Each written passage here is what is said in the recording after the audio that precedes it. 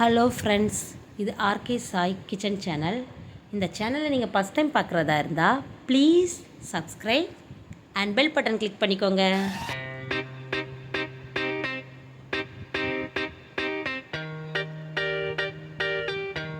நம்ம இன்றைக்கி பார்க்க போகிறது வெண்டைக்காய் சூப்பு.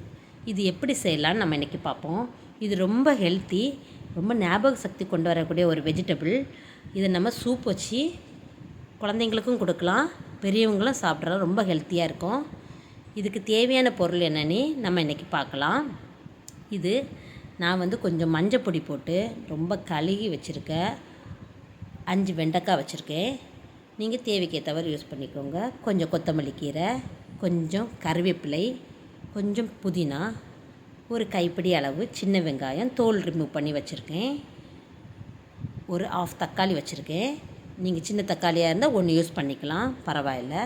இனி மசாலா ஐட்டம் பார்ப்போம். மசாலா ஐட்டம் என்னென்னா, நான் வச்சுருக்கிறது 1 ஸ்பூனு நல்ல மிளகு, அதை நல்லா பொடி பண்ணி வச்சுருக்கேன். 1 ஸ்பூனு ஜீரகம் வச்சுருக்கேன். ஒரு துண்டு இஞ்சி, 4 பூண்டு, ஒரு பட்டை, சோம்பு, 2 கிராம்பு, ஒரு ஏலக்காய் வச்சுருக்கேன். இது நான் வாசனைக்காக சூப்புக்கு யூஸ் பண்ணுறேன். ட்ரை பண்ணி பாருங்கள், சூப்பராக இருக்கும். நல்லா வாசனையாகவும் இருக்கும், டேஸ்டியாகவும் இருக்கும்.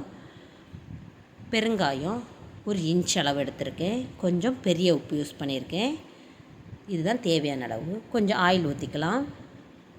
ஆயில் நல்லா சூடாகட்டும்.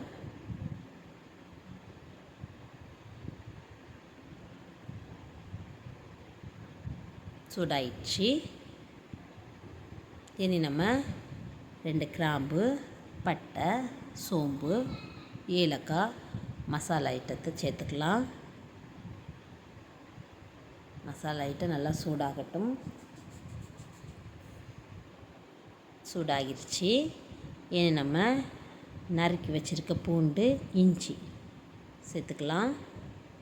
நல்லா கிளறி விடுங்க. நல்லா பொன்னிறமாக ப்ரௌனாக செஞ்சாகட்டு நல்லா வதக்கி விடுங்க.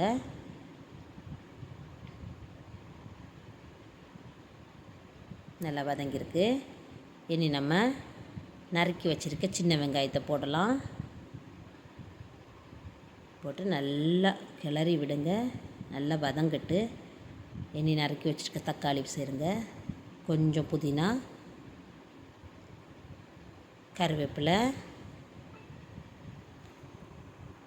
கொத்தமல்லி கீரை சேர்த்து நல்லா வதக்கி விடுங்க. நல்லா மிக்ஸ் ஆகிடுச்சு. இனி நம்ம மசாலையை சேர்க்கலாம். ஜீரகம், நல்ல மிளகு, உப்பு, பெருங்காயத்தூள் 1 சிட்டிகை அளவு சேர்த்து நல்லா மிக்ஸ் பண்ணி கொடுப்போம்.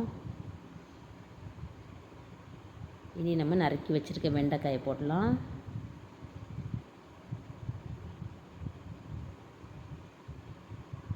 போட்டு நல்லா மிக்ஸ் பண்ணி கொடுப்போம்.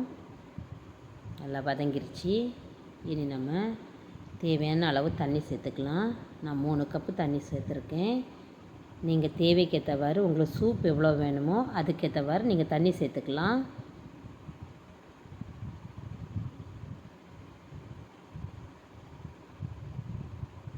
இனி ஒரு 1/2 ஸ்பூன் அல்லது 1/4 ஸ்பூன் போல் மஞ்சத்தூள் சேர்த்துக்கோங்க.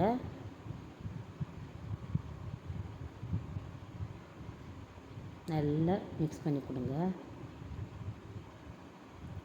உப்பெல்லாம் எப்படி இருக்குன்னு பார்த்துக்கோங்க.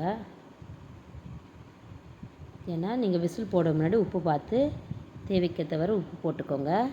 அப்போ தான் அந்த காயில் அந்த இது ரொம்ப பிடிச்சி உப்பு பிடிச்சிருக்கும். நான் இன்னும் ஒரு 3 விசிலுக்கு மூடி வச்சுட்டேன். விசில் முடிஞ்சிருச்சு. இனி நம்ம ஓப்பன் பண்ணி பார்ப்போம். சுவையாக வெண்டைக்காய் சூப்பு ரெடி ஆகிருக்கு. ரொம்ப வாசமாகவும் இருக்குது. சூப்பராக இருக்குது. நம்ம இப்படியே இந்த சூப்பு காய் இப்படியே சாப்பிட்லாம்.